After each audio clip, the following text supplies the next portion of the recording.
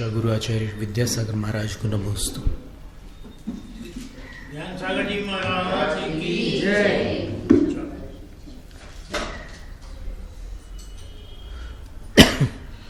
16 कारण का वर्णन स्वाध्याय में प्रवर्तमान है। 3 प्रकार के दान का वर्णन पूर्ण हो चुका था।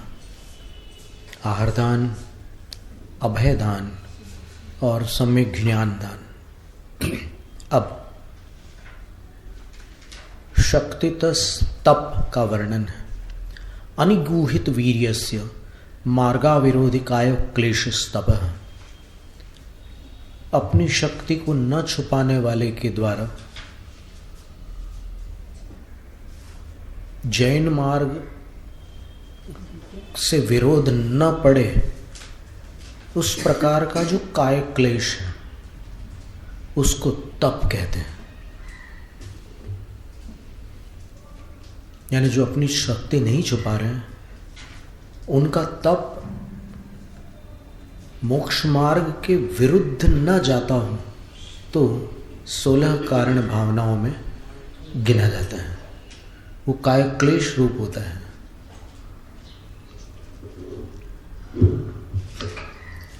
शरीरमिदं दुख कारणम अनित्यम अशुचि। यह शरीर दुखों का कारण है, अनित्य है, अशुचि है, नासी यथेष्ट भोग विधिना परिपोषो युक्त है। इसलिए इच्छानुसार भोगों की क्रिया से इस शरीर का पोषण करना उचित नहीं है। अशुच्यपीदम गुणरत्न संचयोपकारी थी। ये अशुचि होते हुए भी गुण रूपी रत्नों के संचय के लिए उपकारी होता है। ये शरीर सांसारिक सुखों की अपेक्षा से इसकी पुष्टि करना उचित नहीं है, परंतु अशुचि होते हुए भी यह शरीर गुण रूपी रत्नों का संग्रह करने में उपकारी बनता है। इति विचिन्त्य, ऐसा विचार करके विनिवृत्त विषय सुखाभिष्वंगस्य, जिन्होंने विषय सुख संबंधी आसक्ति का त्याग कर दिया है, जो उस आसक्ति से छूट चुके हैं, उनका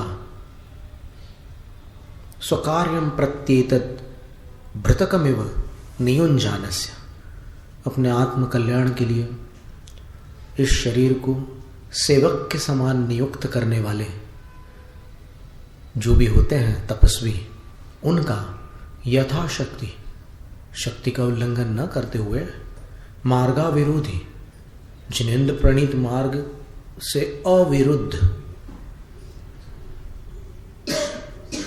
कायक क्लेशानुष्ठानम, जो कायक क्लेश का अनुष्ठान होता है, तप इति निश्चीयते, वह तप इस तरह निश्चित किया जाता है।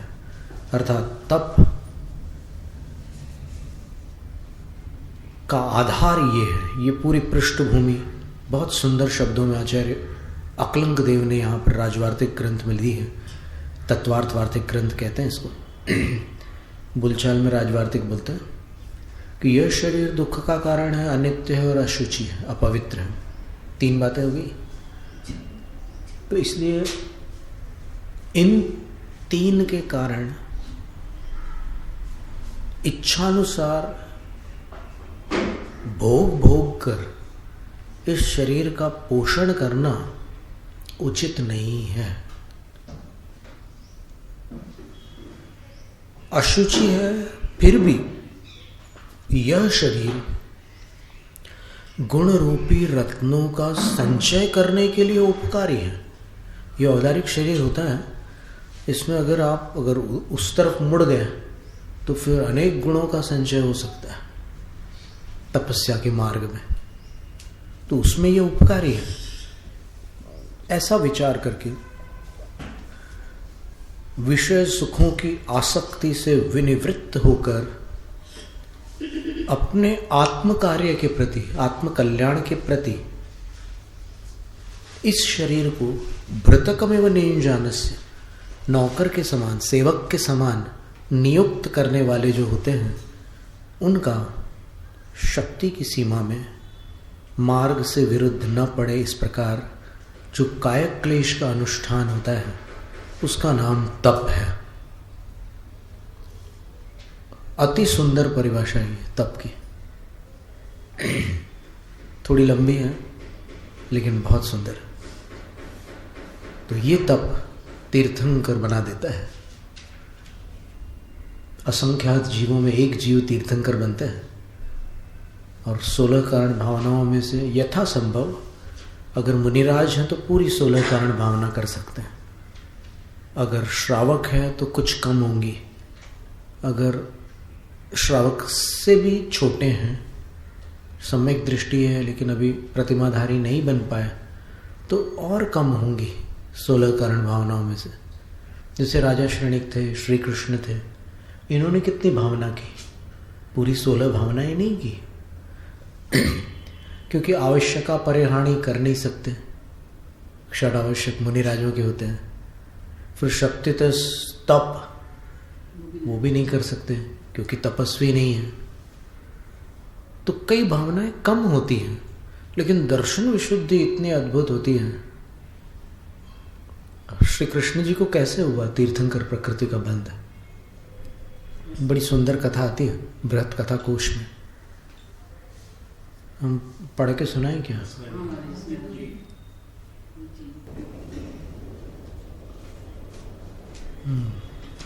वो जो संख्या हमें स्मरण में आ रही थी अध्याय की, वही निकली।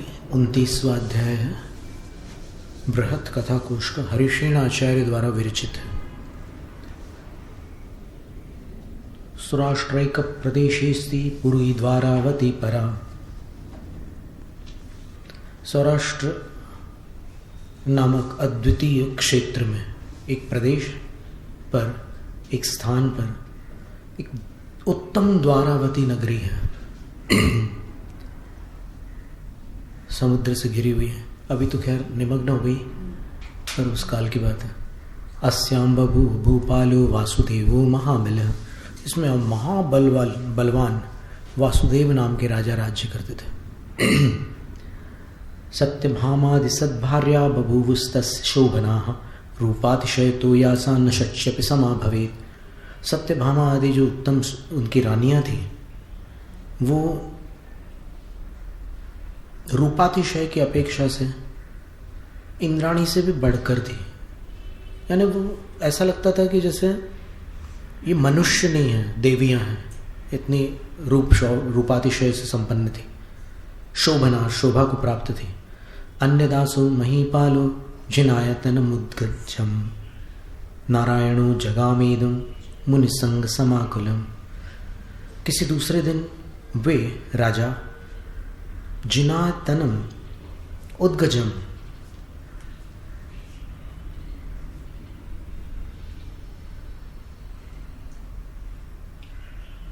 उत्तम मनुष्यों द्वारा बनाए हुए एक जिनालय पर जगाम जाते हैं और वे नारायण श्री कृष्ण मुनिसंग समाकुलम इदम जिनालयम जगाम, वो उस जिनालय में मुनियों का संग था। कृत्वा जिन मुनि स्तोत्रम हरि स्थित्वा यथासनम, फिर मुनियों की स्तुति करके वे हरि अपने योग्य आसन पर बैठते हैं। विलोक के दुर्बलम साधु जीवन धर्म वैक्षत, और वहाँ पर एक दुर्बल साधु थे, जीवनधर नाम के थे, साधु थे, उन पर कृष्ण की दृष्टि पड़ती है। ज्ञात्वा विष्णुमतं वैद्य समुत्थाय जनालयात्, राज्ञा समं निजं सौधं जगामैषो मौषधवांछया। फिर विष्णु के विचार को समझकर उनके साथ पूरा परिकर चलता था। नारायण के साथ बहुत लोग रहते थे, तो उनके साथ जो एक राजवैद्य था वो उनकी आंखें और मुनिराज की अवस्था को एक बिना बोले ही समझ गए और वो वहाँ से उठकर जिनालय से बाहर निकले और राज्ञा समम निजम सौधम जगाम औषध वांछा, वो राजा के साथ अपने घर पर गए और वहाँ पर उनके यहाँ पर औषध रखी हुई थी।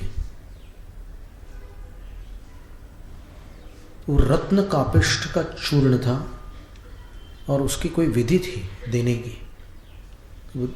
प्राणदान वटकान कृत्वा श्रावकाणां गृहे गृहे स्थापयामास वैद्योपि वासुदेव मतेन सह। फिर वासुदेव के मतानुसार उस वैद्य ने भी प्राण प्रदान करने वाले वो जो वटक थे, कोई ऐसे विशेष औषध उसने तैयार की थी, वो श्रावकों के घर घर पर पहुंचा दिए कि जहाँ भी इनके आहार हो जाए। ये जीवनधन मुनि महाराज जो थे, हाँ, वो उनको ये चीज़ मिल जाए। और इसकी विधि क्या थी? प्रथम वटकं दत्वा योगिने स्थानमीयुषे तद्भक्षणे कृते पश्चात तक्रांजलि चतुष्टयम्। पहला वटक दे करके उस अपने स्थान पर, अपने घर पर आए हुए योगी के लिए इसमें से जो पहला वटक है, वटक को हिंदी में क्या कहते हैं?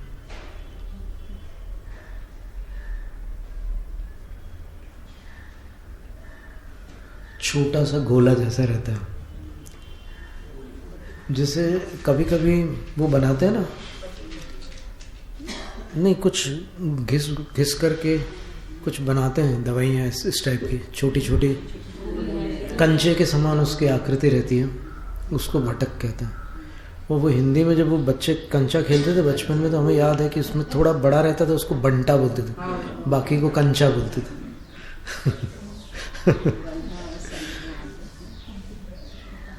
तो ये था। तो बोले कि एक बटक लेने के बाद में उनको 4 अंजलि ताक लेना है। तक्र मतलब जिस दही से मथने के बाद जो बनाते हैं उसमें से मक्खन पूरा निकाल लेता है, तो जो बचता है बस वो उनको 4 अंजलि लेना है।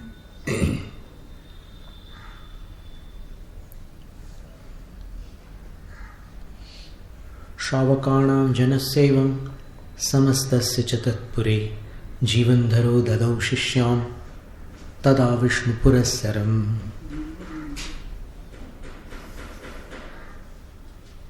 शिष्यम शिक्षाम पाठांतर दिया है इसमें।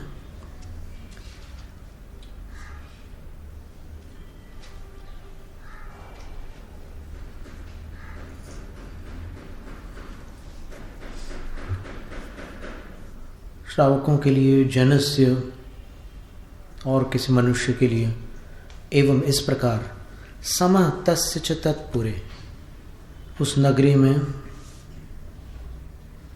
तस्य जनस्य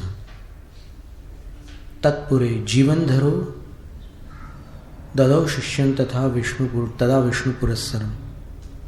यत्रैव च गृहे योगी मुनिस्तिष्ठति सर्वदा तत्रैवास्मै जनः सर्वो वटकं मथितं ददौ। जहाँ पर मुनि महाराज ठहरे हुए थे उसी निवास पर इनके लिए सब जन वो बटी बोलते हैं छोटी वाली को, और बटक जो होता है वो थोड़ा बड़ा वाला होता है। गोला समझ लो इसको, छोटा सा। तो वो मथित करके उनको दे दिया। भोजन भोक्तु कामस्य मुनिः श्रावक वेश्मनि पुनर्नवमिदं जातं शरीरं रोगवर्जितम्। और भोजन करने की कामना रखने वाले वे मुनि जब श्रावक के घर पर गए तो उस औषध के सेवन से, कहीं पर ऐसा भी उल्लेख है कि वो आहार रुक्मिणी रानी के ही यहाँ हो गया था उनका। सब जगह घास बिछा दी थी कि हाँ, ऐसा घास बिछा दी थी। हाँ। और ऐसी जगह खाली छोड़ी थी किसी को, रानी के यहाँ हुआ, ऐसा भी कथन आता है। यहाँ पर थोड़ा सा अलग कथन है, कोई बात नहीं। तो हो गया कुल मिलाकर के शरीरम रोग वर्जितम जातम पुनर्नवमेदि, एकदम पूरा शरीर एकदम नया बन गया उनका। औषधि का नाम क्या था? औषधि का नाम रत्न कापिष्ठ है, दूसरे ग्रंथ में दिया हुआ है। वो आप लोग कोई देख सकते हैं उसको, विमल पुराण के अंदर आपको अगर वो कथा मिल जाए तो वो ढूंढ के निकालना है कि कहाँ पर है वो।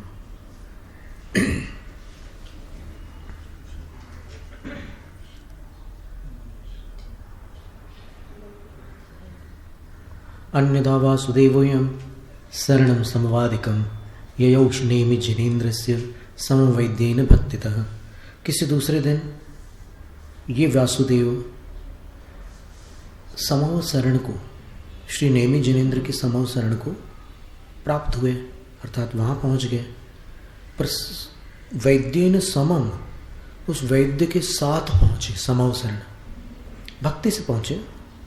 नेमिनाथ नृतिं कृत्वा सकलांश दिगंबरान, नेमिनाथ भगवान की स्तुति की और सब दिगंबरों को वंदित्वा, उनकी वंदना की। जितने भी दिगंबर साधु थे उन सबकी वंदना की। वंदित्वायं सुखम तस्थौ वासुदेव देव स्ववैद्यकः, तो फिर सुखपूर्वक अपने स्थान पर बैठ गए और वैद्य भी उनके साथ था। प्राक्तनं योगिनं दृष्ट्वा स्वस्ति भूत शरीरकं देहस्य कुशलं विष्णु पप्रच्छेमं सकौतुकः।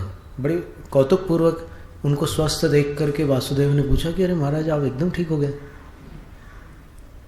उनको देखने के बाद उन्होंने पूछा कि महाराज आप एकदम ठीक हो गए। विष्णु वाक्यं समाकर्ण्य स योगी निज गावमुं सारताका शरीरस्य राजन धर्मच्युतस्य भूहुम्। उन्होंने बोला कि हे विष्णु, तुम मेरे शरीर की कुशलता पूछ रहे हो, पर मैं ये कहना चाहता हूँ कि इस शरीर में क्या सार है। रत्नत्रय तो आत्मा में है।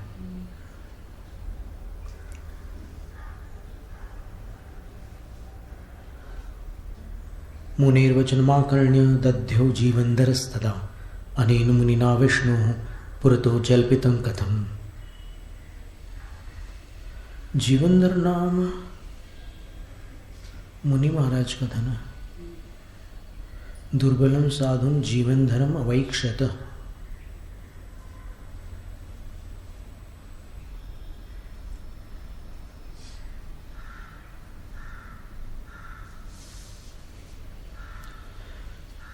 जीवनधर मुनि महाराज की इस बात को सुनकर वैद्य का मन खट्टा हो गया कि ये कैसा कह दिया इनने।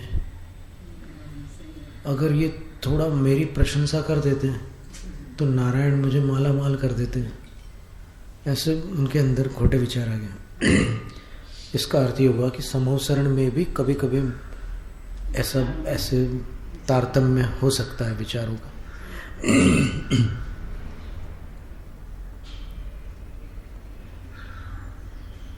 साधुर्वदति यद्देवं नारायण पुरस्सरम कायस्त्वदीय वैद्येन शोभनो वेदो मम। अगर ये ऐसा कह देते कि हे नारायण, तुम्हारे वैद्य ने मेरे शरीर को बिल्कुल ठीक कर दिया, तो ग्राम हस्ति तुरंगौघम धन धान्यादि कांचनम अदास्यन में ततो राजा पारितोषिक पूर्वक। तब तो मुझे बहुत पारितोषिक देते ही है। कई गांव दे देते, कई हाथी दे देते, कई घोड़ों का समूह दे देते, धन देते, धान्य देते, कांचन देते। एवं चिंतयतस्तस्य चार्थ ध्यानमुपेयुष। इस प्रकार अर्थ ध्यान को प्राप्त हुए उस वैद्य के द्वारा ऐसा विचार करते करते जीवितुम क्वापि सन्नष्टं तद्वैद्यस्य भयादिव। उनकी आयु नष्ट हो जाती उसी समय। ऐसा विचार करते करते ही उनकी आयु पूरी हो जाती। रेवा मध्य गते तुंगे नाना तरु विराजिते पर्वते भीषणे वैद्यो यूथनाथो भवद्धरे ही। अब रेवा नदी के मध्यगत एक ऊंचे वृक्षों से घिरे हुए पर्वत पर, यानी रेवा नदी के बीच में कोई एक टापू जैसा था, तो वहाँ पर वो वैद्य, भयंकर पर्वत था, बहुत खतरनाक, उसमें जानवर रहते थे। तो वहाँ पर वो अभवत हरि, यहाँ पर हरि शब्द का अर्थ मरकट लिखा है, वो एक बहुत खूंखार बंदर बन गया। वो जो एकदम हिंस्र प्रकृति वाले बंदर होते हैं, उस जाति का बंदर बन गया वो मरने के बाद, वो वैद्य। अब ये बात लिखी तो है ऐसी,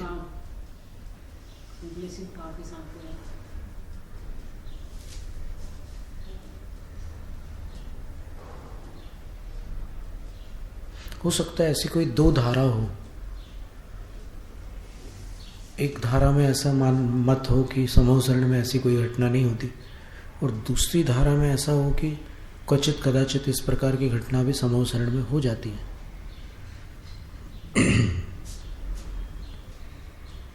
या फिर महाराज जी सभा भूमि में ना हो, क्योंकि बाकी जगह अभव्य भी वो होते हैं। हाँ, ऐसा भी हो सकता है। पर बात तो ऐसी है कि वहाँ उन मुनि महाराज से समूहसरण में उनने अचंभित होकर के कहा कि महाराज आप एकदम स्वस्थ हो गए। तब उन महाराज ने उत्तर दिया कि इस शरीर में क्या सार है, रत्नत्रय तो आत्मा में है। तो वैद्य का मूड खराब हो गया थोड़ा सा, और आर्त ध्यान पूर्वक मरण को प्राप्त होकर के वो एक क्रूर प्रजाति का बंदर बन गया, और बड़ी आकृति वाला था। ततो सौ विहरन् क्वापि साधुस्तं प्राप्य पर्वतं तस्थौ घनागमे तत्र तिन्तिणीकनितरोरधः। फिर विहार करते करते वो साधु कहीं से वहां पहुंच जाते हैं।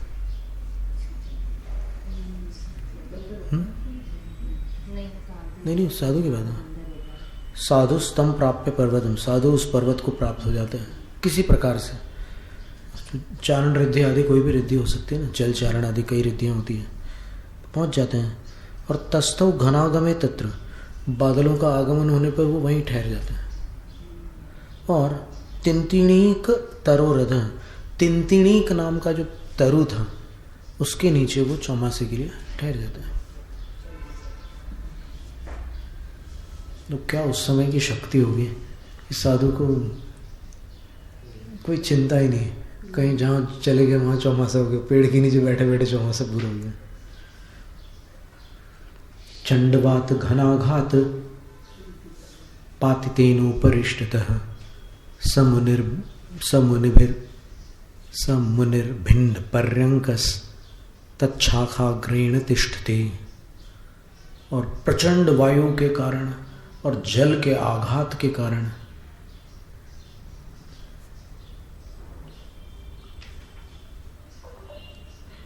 गिरी हुई एक शाखा के नुकीले भाग से मुनिर्भिन्न पर्यंकस, मुनि की जो आसन थी वो ऐसे छूट गई थी और लकड़ी उनके चुभ गई थी मुनि महाराज के शरीर में। तो भी वो तिष्ठ थे, बैठे रहे चुपचाप। उपसर्गो यमीदशो यदि क्षेमेण यास्यति ततो मम प्रवृत्ति दाहारादेर्न चान्यथा। अगर यह ऐसा उपसर्ग जो मुझ पर आ गया है, प्रकृतिकृत उपसर्ग आ गया है, वो यदि क्षेमेण यास्यति, कुशलता पूर्वक पूर्ण हो जाता है, वो उपसर्ग शांत हो जाता है, तभी मैं आहार आदि में प्रवृत्ति करूँगा, अन्यथा मेरा आहार जल का त्याग है। ऐसा उन्होंने संकल्प। तावदस्थम विलोक्यम मुनिम मर्कटनायक परिदद्यो हृदय स्पष्टम तन्मुखाम्भोज वीक्षण। उनकी उस अवस्था को वो बंदर देख लेता है कहीं से आकर के, और वो बंदरों का राजा था, मरकट नायक। तन्मुखाम्भोज वीक्षण, उनके मुख मुद्रा को वो विशेष रूप से देख रहा था कि इतना भयंकर इनके ऊपर ये शाखा आकर के इनका पूरा चीर डाला है इनको, तो भी इनकी मुख मुद्रा वैसी ही है जैसी उस समय उन्होंने नारायण से जब कहा था कि इस शरीर में क्या सार है, तब जो मुखमुद्रा थी वही मुखमुद्रा अब भी है।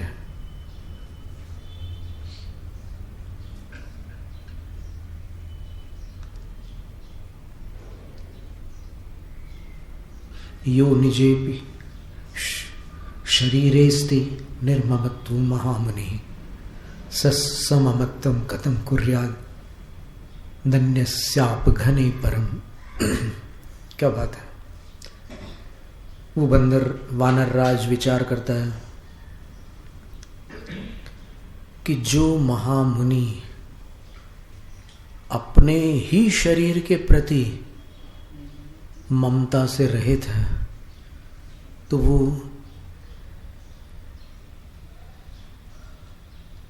अन्य किसी पर क्या ममता करेंगे।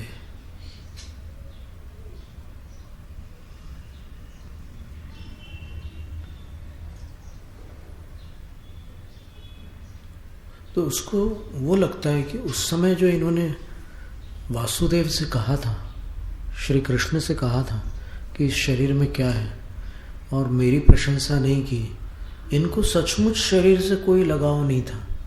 उपचार तो नारायण ने करवाया और मैंने औषध तैयार की, उनको उससे कोई लेना देना ही नहीं था, और मैंने उनके प्रति कषाय करके तिर्यंच योनि को प्राप्त किया। मैं मनुष्य से तिर्यंच बन गया। पर्यंत स्थित शाखाग्रम बद्ध्वा वल्ली कदम्बकैः औपरिष्टक शाखांच नम्री कृत्यात्र मर्कटः सहैवोत्पतनं कृत्वा मर्कटानां कदम्बकं गतमन्यत्र शाखायां सा शाखा निर्गतामुतः। उस शाखा को महाराज के शरीर से निकालने के लिए, वहाँ से हटाने के लिए उस बंदर ने अपनी पूरी टोली को बुलाया, पूरे झुंड को बुलाया और लताओं से उस शाखा को ऊपर के किसी मोटी एक ऐसी टहनी पर बांधा जिस पर सारे बंदर आ गए, तो वो टहनी झुक गई। और उसके बाद उन्होंने कहा कि सब बंदर लपक कर दूसरी टहनी पर चले जाओ। तो जैसे ही वो लपक कर उधर गए तो वो जो टहनी झुकी थी वो सीधी हो गई, और वो जो लता से बंधी हुई जो डाल थी वो मुनि महाराज के ऊपर से हट गई।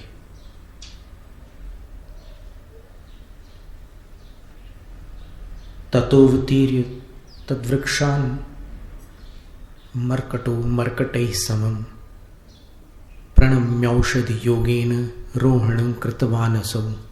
क्या बात है। फिर वो अपने पूरे झुंड के साथ मुनि महाराज के सामने उतर करके आया और प्रणम्य उनको प्रणाम किया। और चूंकि पूर्व भाव में वो वैद्य था तो उसको वहाँ के सब वन्य औषधों का ज्ञान था, तो उसने औषध योगेन कोई ऐसा औषध का योग तैयार किया जिससे रोहणम कृतवान् असौ, सारे घाव इनके ठीक कर दिए उसने, उस बंदर ने। ततः पुरस्थितं दृष्ट्वा मर्कटं मुनि सत्तमः। फिर वो जो श्रेष्ठ मुनि थे उन्होंने सामने उस बंदर को देखा। कृपावधू परिष्विक्त हृदयो निजगावम, उनके हृदय में कृपा भाव उत्पन्न हो गया उस वानर के प्रति। और फिर उससे बोले, तैरश्चीं गतिमापन्नो वैद्यो जीवनधर स्फुटम। अच्छा, जीवनधर वैद्य का नाम है, पर यहाँ ऊपर जो श्लोक था उसमें तो साधुं जीवनधरम अवेक्षत, ये कैसे लिखा है? अच्छा, ऐसा अर्थ निकलेगा कि कृष्ण ने उन साधु को देखा फिर जीवनधर को देखा, मतलब वो आंखों का संकेत था कि भाई ये साधु बहुत कमजोर लग रहे हैं, तुम देखो क्या है इनको। ये आंखों के संकेत में ऐसा होता है ना। तो कृष्ण ने पहले उनको साधुम अवेक्षत, फिर जीवनधरम अवेक्षत, जीवनधर वैद्य को देखा, तो फिर वैद्य समझ गए कि ये मेरे लिए संकेत है। तो फिर उनने फिर आगे का उपक्रम किया। तो जीवेंद्र वैद्य का ही नाम था।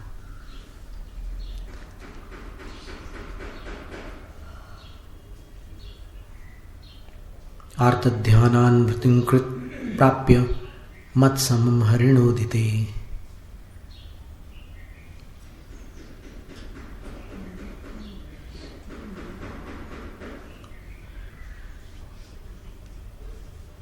तिर्यंच गति को प्राप्त हुआ वैद्य जीवनधर स्पष्ट रूप से आर्त ध्यान से मरकर मत समम हरिणोदिते,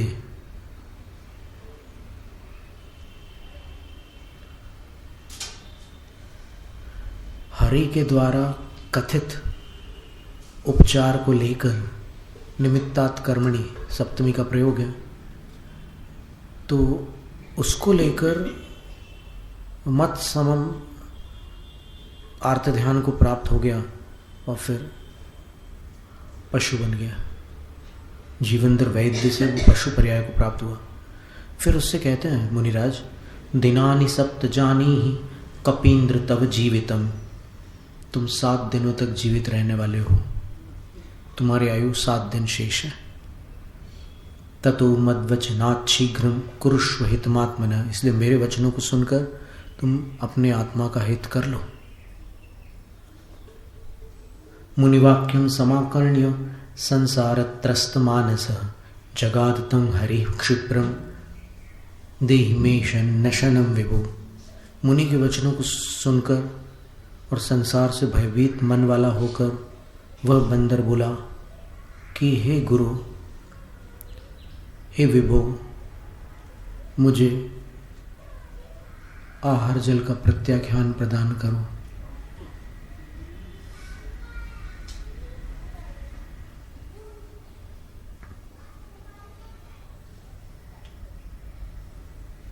तब बोल सकते थे मतलब, या फिर महाराज जी उनकी बात नहीं, वो समझ लेते हैं वो जो बोल रहा है, और उस बंदर को पूर्व भाव का स्मरण है। तो अब कई बंदर लोग बहुत सारी आवाज़ें भी निकाल लेते हैं।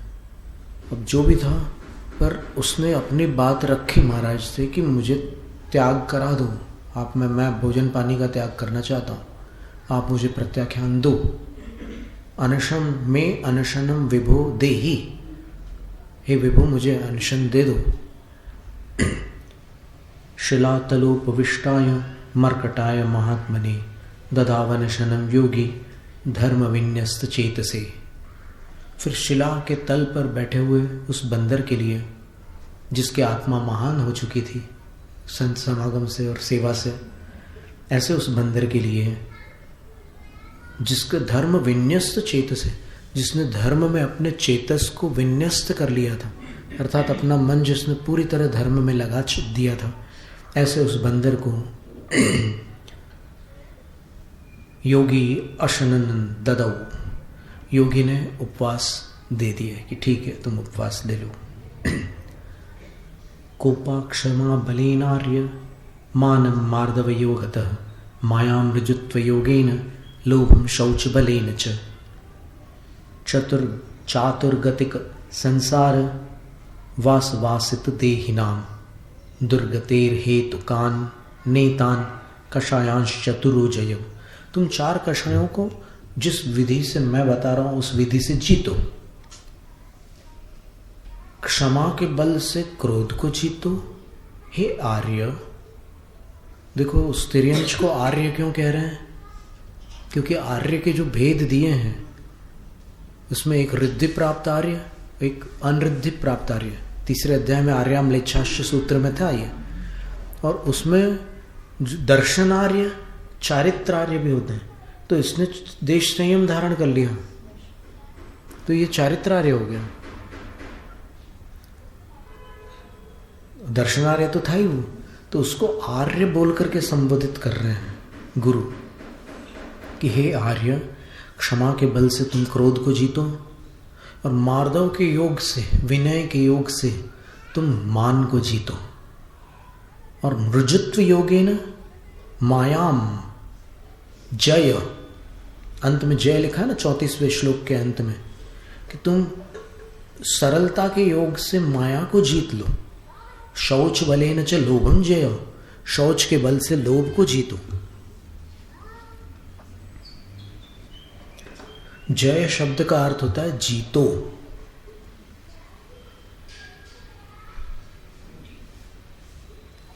एक बार ऐसे प्रश्न आया था कि जय क्यों बोलते हैं, तो और संबोधन लगा करके ही जय बोला जाता है। हिंदी में अपन उनकी जय हो ऐसा बोल की लगा देते हैं, और वैसे संस्कृत में संबोधन करके ही जय बोलते हैं। जैसे यहाँ पर आर्य संबोधन है और जय ये क्रियापद है। लोट लकार के मध्यम पुरुष का एक वचन है जय। तो इसका अर्थ होता है तुम जीतो।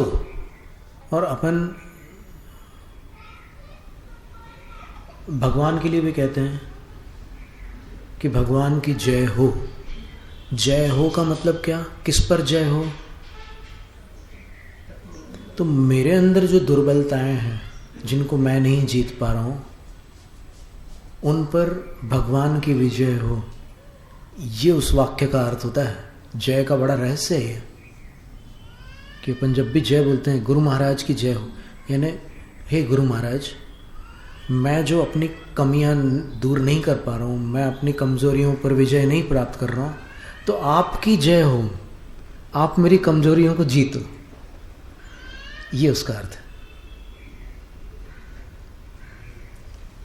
क्योंकि उनको जो जीतना था वो तो जीत चुके हैं।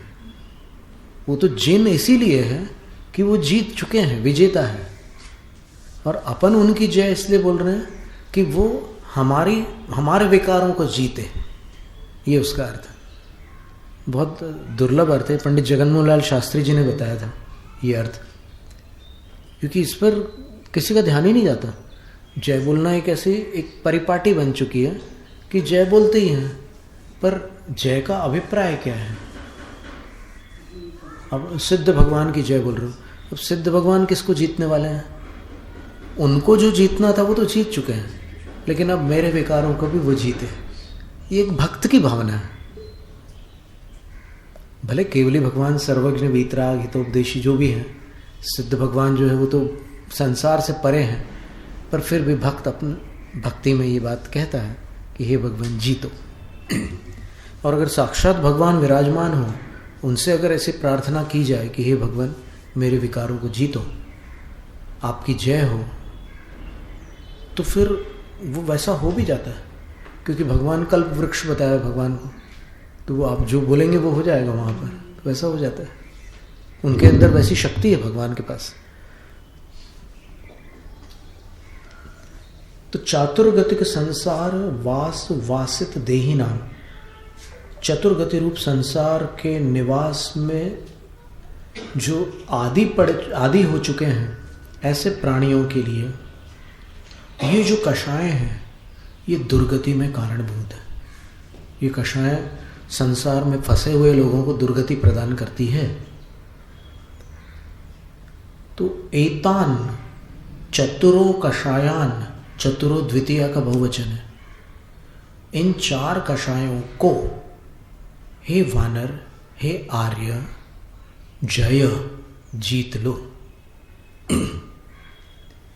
आराधना समाराध्य विधिनापि चतुर्विधाम कृत्वा कालम हरे क्षिप्रम सप्तमे दिवसे नगः। इसके बाद विधि पूर्वक 4 प्रकार की आराधनाओं का भली प्रकार आराधन करके हरे क्षिप्रम कालम कृत्वा सप्तमे दिवसे नगः, वह निष्पाप वानर अनगः हरि 7वें दिन शीघ्र ही 4 आराधनाओं की आराधना करके मरण को प्राप्त होकर अणिमादि गुणोपेत सुर नारी मन प्रिय बभूव प्रथमेनाके दिव्य रूप धरो मरह। अणिमादि गुणों से संपन्न और सुर नारियों के मन को प्रिय लगने वाला, अर्थात अप्सराओं को, देवांगनाओं को प्रिय लगने वाला, दिव्य रूप धरह, दिव्य रूप का धारक, प्रथमे नाके, प्रथम स्वर्ग में, अमरह बभूव, देव बन गया। किं दत्तं किं मया भुक्तं किं तपोनुष्ठितं पुरा ये नाहं कृतपुण्यः सन् उत्पन्नो नाकजी गृहे। वहाँ पहुँचकर वानर का जीव विचार करता है कि मैंने कौन सा दान दिया, मैंने कौन सा भक्ष भोजन किया, मैंने कौन से तप का अनुष्ठान किया पूर्व में, जिसके कारण यहाँ पर कृतपुण्य होकर मैं स्वर्ग रूपी घर में इतना वैभवशाली देव बन गया। अवधिज्ञानमासाद्य स्वभवं मर्कटोद्भवं विवेदेमं सुरशुद्धं तन्मुनेरुपदेशतः। फिर अवधि ज्ञान को प्राप्त होकर के अपने मर्कट पर्याय के भाव को जानकर फिर इमं सुरशुद्धम तन्मुनेरुपदेशतः, ये भी जान लिया कि इस भाव को मैंने उन मुनि के उपदेश से प्राप्त किया है। ज्ञात्वा नाक समुत्पत्ति मात्मनो मर्कटामर तद्वंदनाय हृष्टात्मा प्रस्थानमकरो दसौ। फिर अपने देवलोक में उत्पत्ति को अच्छी तरह जानकर वह मरकट से बना हुआ देव उन मुनि की वंदना के लिए हृष्टात्मा, हर्षित है आत्मा जिसकी, ऐसा होकर प्रस्थानम अकरोत असौ। आप संस्कृत देखिएगा हम कैसे उसका विग्रह कर दें। वह वानर वहाँ से प्रस्थित हो जाते। वहाँ देवलोक में जाकर के शुरू में कुछ करना पड़ता है, अभिषेक आदि जो 1008 कलश से नियम है कि जो देव उत्पन्न हुआ है उसको क्षीर सागर के 1008 कलशों से भगवान का अभिषेक करना होता है, स्वर्ण कलशों से, ये पक्की बात है। तो वो वहाँ से फिर वहाँ नीचे प्रस्थान करता है। रथ ही कनक निर्माणी रश्वि पवनयायिभिः हस्तभिर मदधाराभिः सिक्तगंडस्थले परेः हारराजित वक्षोभिः पिनद्ध करकंकणैः अधिरूढैः सुरैः सार्धं व्याप्ताशेष नभस्थलं वृक्षमूलस्थितं साधु भक्तिहृष्टतनुरुः सुरैः समं कृतानन्दैः रनंसीं मर्कटामरः। वो स्वर्ण से निर्मित रथों को लेकर आया और वायु के समान वेगशाली अश्वों को लेकर आया, नाभियोग्य देवों को, हाथियों को लेकर के आया जिनमें मद से जिनके गाल पूरे वो मटमैले थे, ऐसे उत्कृष्ट हाथियों को लेकर के आया। और हारों से शोभित थे वक्षस्थल जिनके, और पिनद्ध कर कंकणी, और हाथ जिनके कंकणों से व्याप्त थे। ऐसे अधिरूढ़ सुरों के साथ, देवों के साथ पूरे नभस्थल को व्याप्त कर दिया। पूरे आकाश में देवी देव भर गए। और वृक्ष मूल स्थितम साधु, वृक्ष मूल में विराजमान उन साधु को भक्त हृष्ट तनुरूह सुरैः समं कृतानंदैरनंसी, फिर सब देवताओं के साथ उन्होंने खूब भक्ति के साथ हर्षित होकर उनको नमस्कार किया। महारजत निर्माणी कमलैरस्य योगिनः अर्चयित्वा स्वयं पादा ववादित प्लवगामर। फिर उनने सुंदर चांदी के कमलों से मुनि महाराज की अर्चना की और उसके बाद हाथ जोड़ करके बोला,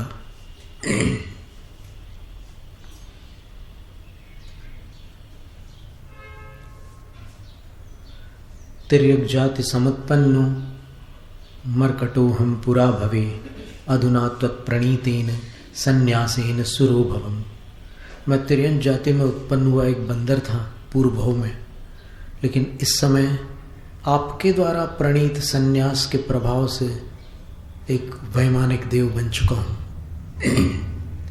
श्रुत्वामर वचः साधुर जगादेनं विशुद्धतिः यदि इच्छसि हितं स्वस्मै मानोन्मानं करिष्यसि।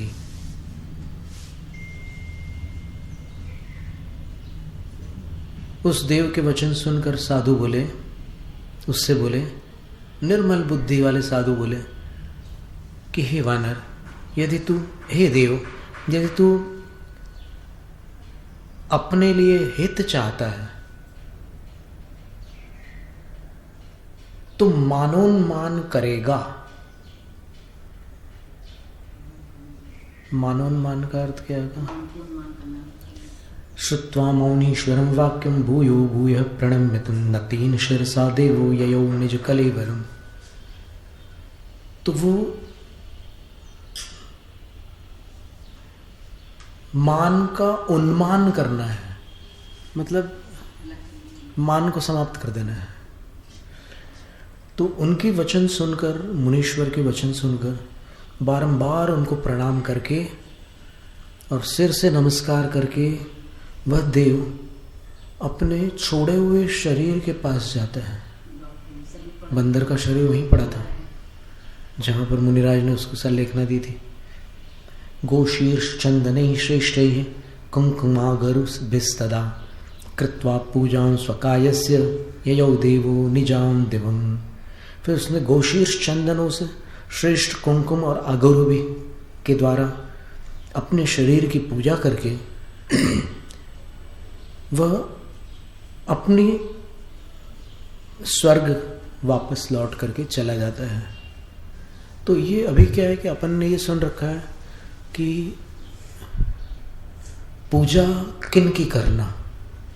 अभी वर्तमान में एक ऐसा वातावरण है कि एक धारा जो है वो है, पर अपन जब शास्त्र देखते हैं तो शास्त्रों में अभी अपन ने 4थे अध्याय में क्या देखा था कि लौकांतिक देवों की अर्चना बाकी देव लोग करते हैं। देखा था कि नहीं? और यहाँ पर वो देव जो सम्यक दृष्टि देव है वो आकर के अपने छोड़े हुए शरीर की अर्चना कर रहा है कि भाई इस शरीर से मैंने व्रत धारण किए थे और इस शरीर से मैंने सम्यक दर्शन प्राप्त किया था। तो उस शरीर की वो पूजा कर रहा है चंदन आदिक से और फिर वापस जा रहा है। तो ऐसे और भी कई प्रसंग मिलेंगे आपको। जैसे इंद्र लोग तीर्थंकर के माता पिता का अभिषेक करते हैं। आपने पढ़ा है कभी पुराणों में? आप अब भी पढ़ लेना, अगर यहाँ पर हरिवंश पुराण हो तो 38वां पर्व आप देखना, तो उसके प्रारंभ में ही आपको मिल जाएगा कि इंद्र के कहने से कुबेर ने माता पिता की वस्त्रों से पूजा की और उनका अभिषेक किया। तो ये देखो ये जो पूजा वाली बात आती है वो जो जिस योग्य है उनकी उस योग्य पूजा करना मिथ्यात्व नहीं है। ये एक ध्यान में रखने की बात है। अगर आप अपरमेष्ठी को परमेष्ठी मानकर पूजोगे तो फिर आपको मिथ्यात्व का दोष लगेगा, लेकिन जो जो है उनको वो मान करके पूजोगे तो कुछ नहीं होता। जैसे वहाँ पर पांडुक शिला पर कितनी भव्य पूजा होती है, अभिषेक तो होता ही है, स्तुतियां पढ़ते हैं इंद्र लोग, तो उस समय क्या वो परमेष्ठी है क्या? उसमें तो नवजात शिशु है, लेकिन फिर भी वो पूज्य है। चरित मोह वश लेश न संजम पै सुरनाथ जजे हैं। जजे का अर्थ क्या होता है?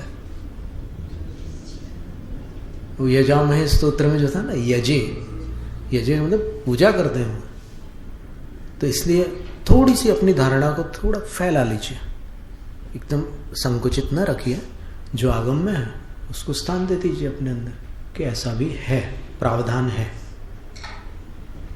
सुकुमाल स्वामी की कथा में भी यही ऐसे ही श्लोक लिखा हुआ है कि जब सुकुमाल स्वामी सर्वार्थ सिद्धि चले गए और यहाँ माँ रो रो करके विह्वल हो रही थी, तब सौधर्म इंद्र उनके शरीर की पूजा करने के लिए आया अपने पूरे परिकर के साथ, और ऐसी पूजा की कि वो पूरा श्मशान सुगंध से भर गया।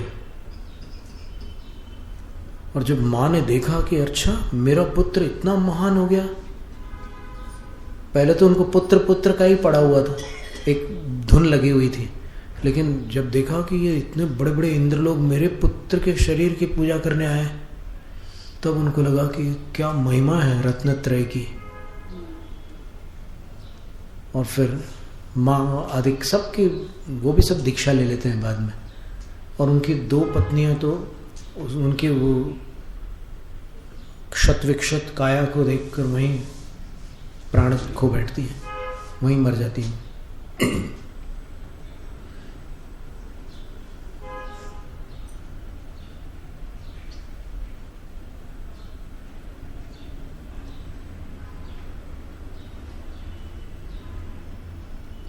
कृताम मरेश्वरेणेयं पूजा साधु शरीर की, तेनामरेश्वरम तीर्थम बभूव भुवि विश्रुतम। और उसी प्रकार उस अमरेश्वर ने, यानी वो अमरेश्वर का अर्थ है प्रथम स्वर्ग में वो प्रतीन्द्र बना होगा, वो देव, वो वानर, क्योंकि इंद्र तो मनुष्य साधु ही बनते हैं, तो फिर अमरेश्वर जो लिखा है तो इसका अर्थ ये हुआ कि वो जो वानर था वो वहाँ पर प्रतीन्द्र पद को प्राप्त हुआ होगा, और उसने आकर के साधु शरीर के,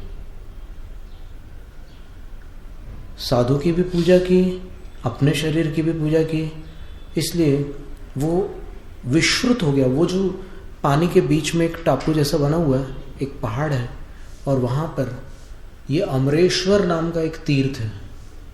आज भी ये ग्रंथ तो बहुत पुराना है, 9वीं 10वीं शताब्दी का ग्रंथ है ये।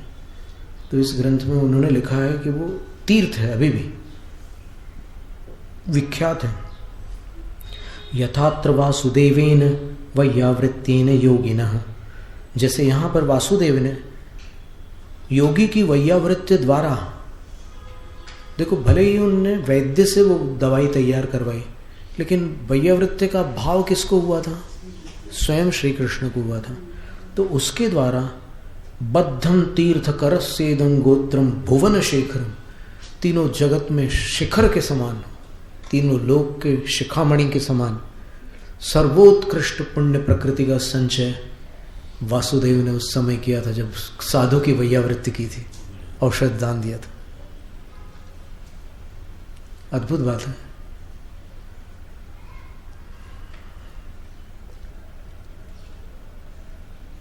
तथान्योपि प्रकुर्वाणो वैयावृत्तिं चतुर्विधि संघे नरो हि बध्नाति तीर्थकृत गोत्रमुत्तमम्। इसी प्रकार अन्य कोई मनुष्य भी अगर चतुर्विध संघ की वैयावृत्ति करता है तो वह भी तीर्थंकर प्रकृति का बंध बांध सकता है। इति श्री वासुदेव वैयावृत्ति तीर्थकर गोत्र बंधन कथानकमिदं संपूर्णम। इस प्रकार ये कथानक यहाँ पर संपूर्ण होता है।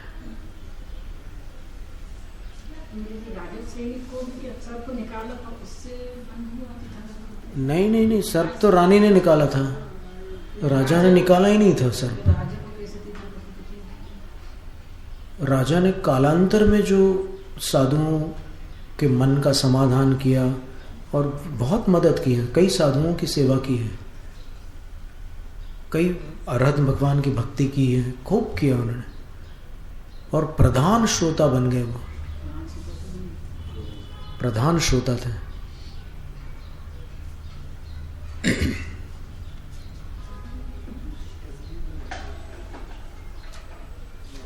तो मुनिगण तपः संधारण समाधि, मुनि समूह को तप में स्थिर रखना समाधि है।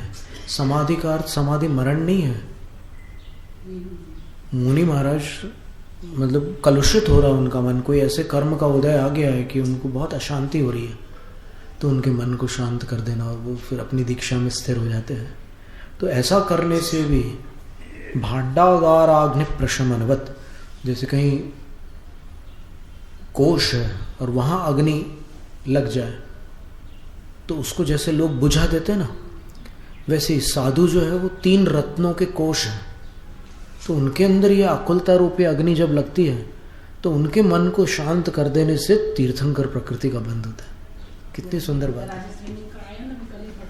उन्होंने भी कई साधुओं की वैसे वो वो की। समूह सब में बोले वो महाराज जी मोक्ष जाने वाले ऐसा ध्यान कर रहे हाँ, हैं। बहुत सारे ऐसे फिर उदाहरण। बोले कि नहीं, उनने कहा नहीं, उनके वैसा है कि अभी नीचे गिर जाएंगे, तुम जाके संबोधन करो। बिल्कुल। यथा भाण्डागारे दहने समुत्थिते तत्प्रश्न अनुष्ठीयते बहुपकारत्वात् तथा अनेक व्रतशील समृद्धस्य मुनिगणस्य तपतः कुतश्चित् प्रत्युहे समुत्थिते तत्संधारणं समाधिरिति समाख्यायते।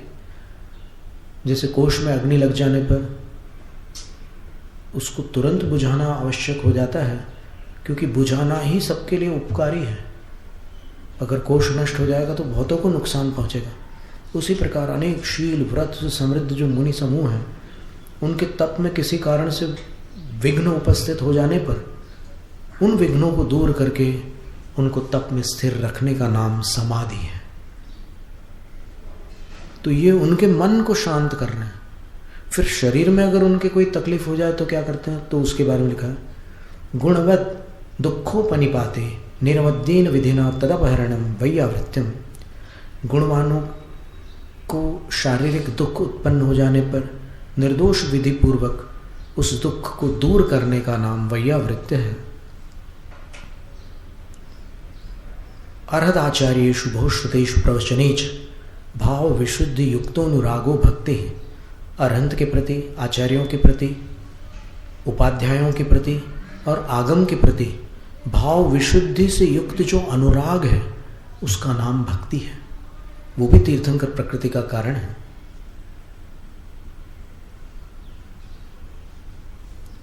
षण्णाम आवश्यक क्रियाणाम यथा काल प्रवर्तनम आवश्यका परिहाणी।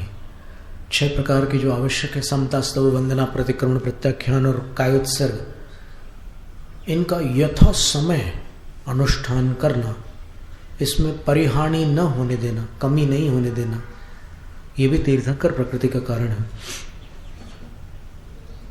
फिर ज्ञान तपो जिन पूजा विधिना धर्म प्रकाशनम मार्ग प्रभावनम। क्या सुंदर परिभाषा है।